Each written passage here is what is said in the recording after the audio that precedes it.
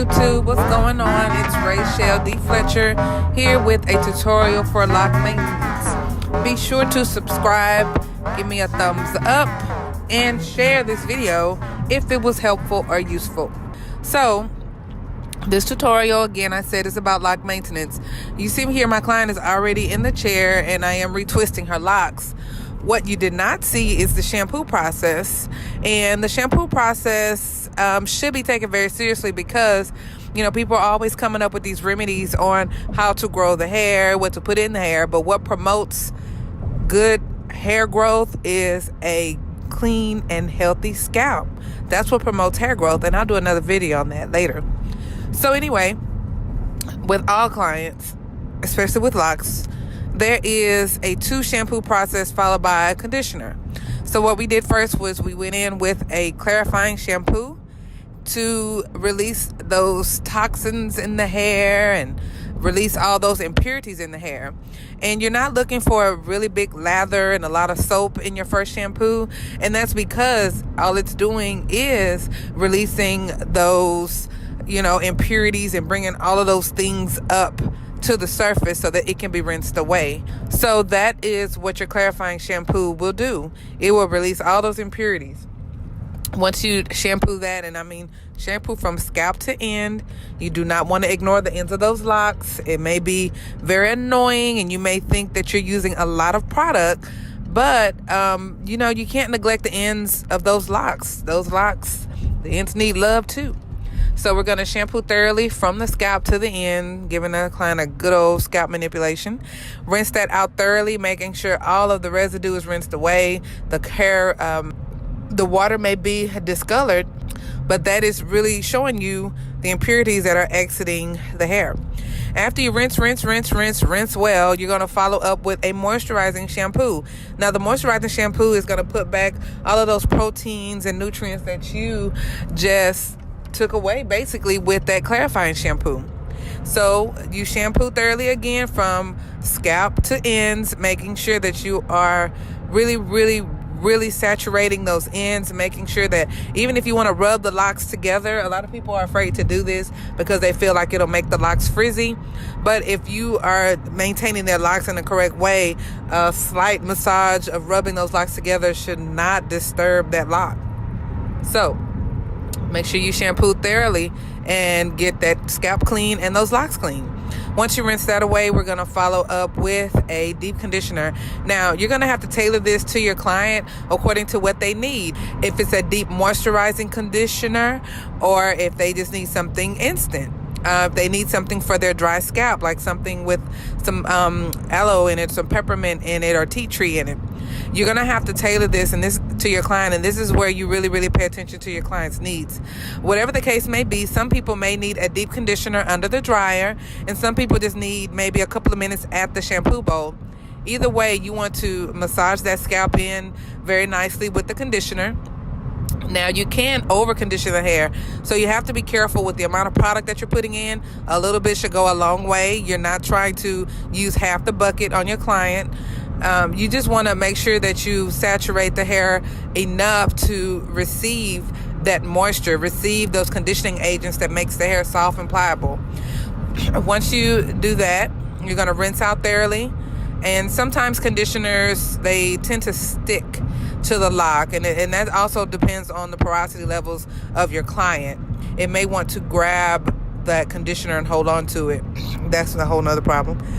Either way, make sure you rinse that conditioner out very thoroughly, massaging the hair, separating those locks, looking in between, looking at that scalp, making sure that you get all that product out of there. All right, once you do that, then we take them back to the seat and we're ready for our lock maintenance, which is what you see here. Now, once you get them back to the seat, it is time for the retwist. Now, what you see here is I'm using a comb to smooth out that lock base. The comb really allows you to find that part again and to reestablish a neat foundation and make it smooth. Now, some people, they can't take the comb. For instance, my daughters, they are very tender-headed. I cannot bring a comb out at their service, their time of service. They will mentally shut down.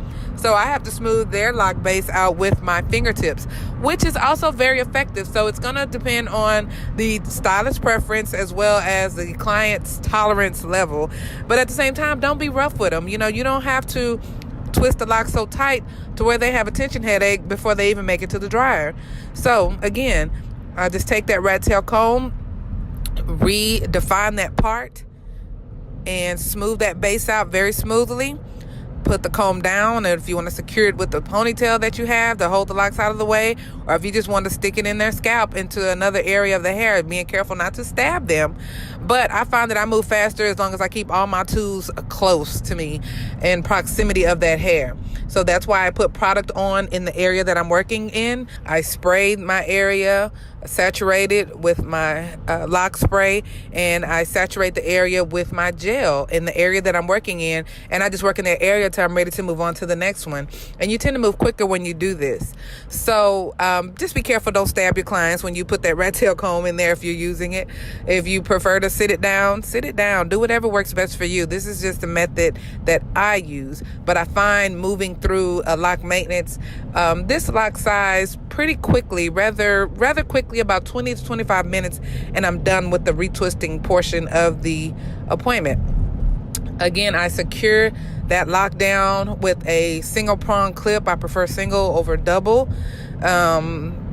Double, sometimes one may bend and one may be straight, and that interferes with me placing those locks together and creating a strong foundation for them. So I prefer the single prong. Again, stylist preference, whatever makes you comfortable. At any rate, your client should not go into the dryer with about 120 hair clips.